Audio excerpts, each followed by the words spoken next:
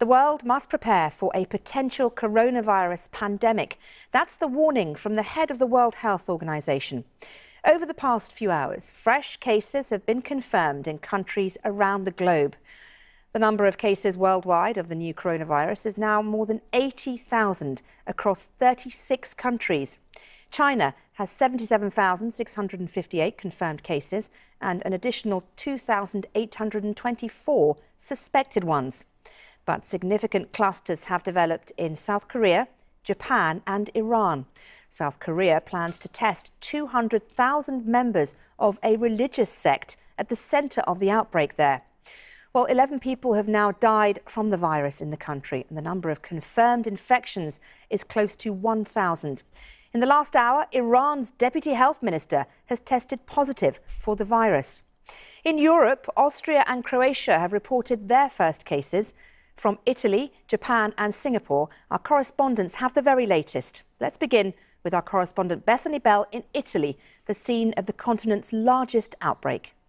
Here in Milan, you can feel the impact of the fears about the coronavirus. The Duomo, the cathedral behind me, has been closed to tourists. No masses are taking place. There's been an impact on the Milan Fashion Week at the moment, and over in Venice, which should be celebrating the climax of the very famous Venice Carnival, those celebrations as well have been stopped because of fears of the virus spreading.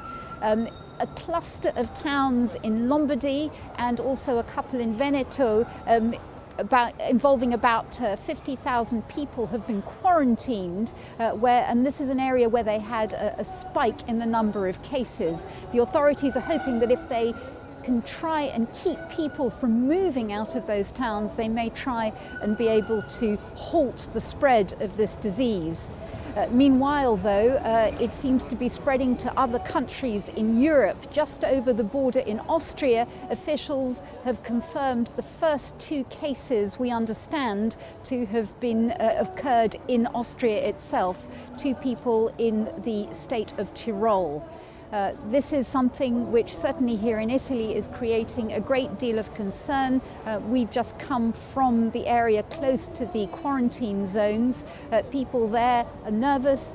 Some people say that the government has not reacted quickly enough, and they say it's very important that people should stick to these measures. Other people say this is perhaps somewhat of an overreaction and that panic is the thing that people have to be the most afraid of.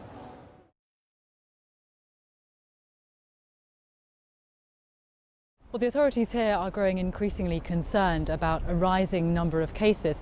Until now, the picture in Japan has largely focused on the cruise ship, the Diamond Princess, which is still moored, incidentally, just down the coast in the port of Yokohama, although the vast majority of passengers have now disembarked after well over 2 weeks in quarantine. But separate to the 700 or so cases linked to that ship, the Japanese authorities now say there are around 150 reported cases elsewhere in the country. They're dotted all over, and the concern really for the health authorities here is that they're really struggling, as are of course many foreign governments, to try and work out how and where those people became infected. It is an increasing problem. It's a big headache, of course, for the Japanese authorities, because in 5 months' time Tokyo is due to host the 2020 Olympics.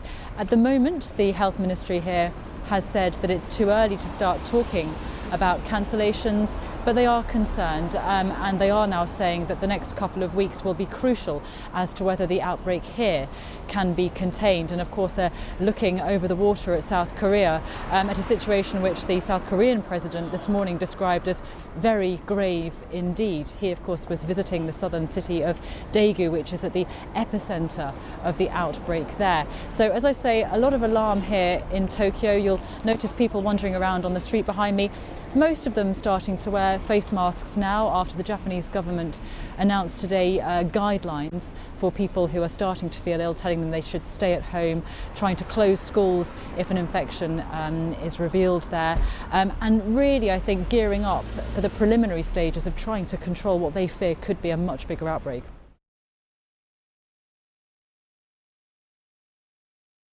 Well, Asian markets saw mixed fortunes on Tuesday, but heavyweight indices like Japan's Nikkei tumbled more than 3% at the close because investors there, and frankly across the region, are worried about what might be a prolonged impact from the coronavirus. Now, that says cases appear to spread around the world. And I think it would be fair to say that a new reality has set in for many investors who are now beginning to realize that the spike in the number of deaths and infections from the virus has spread outside of China. And it's increasingly looking like this could be a global epidemic. Now, up till this point, there had been this sense that if China could keep the virus contained within its own borders, then yes, of course, the economic impact would be severe, but it could also be contained. Supply chains there would be hit, of course, because so much of the world's products are made in China.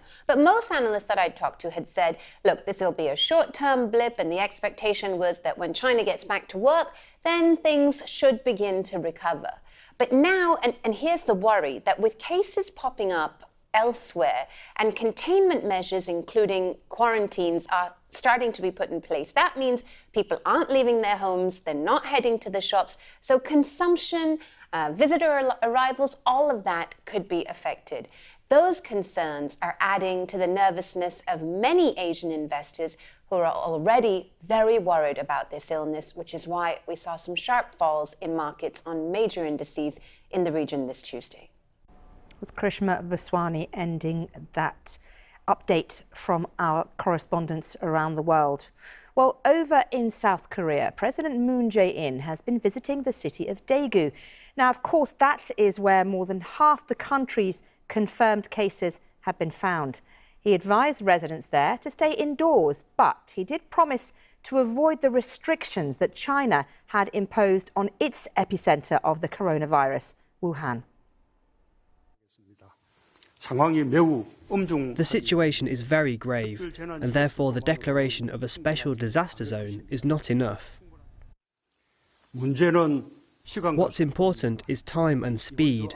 There must be a clear turning point witnessed this week in the upward trend in the number of infections.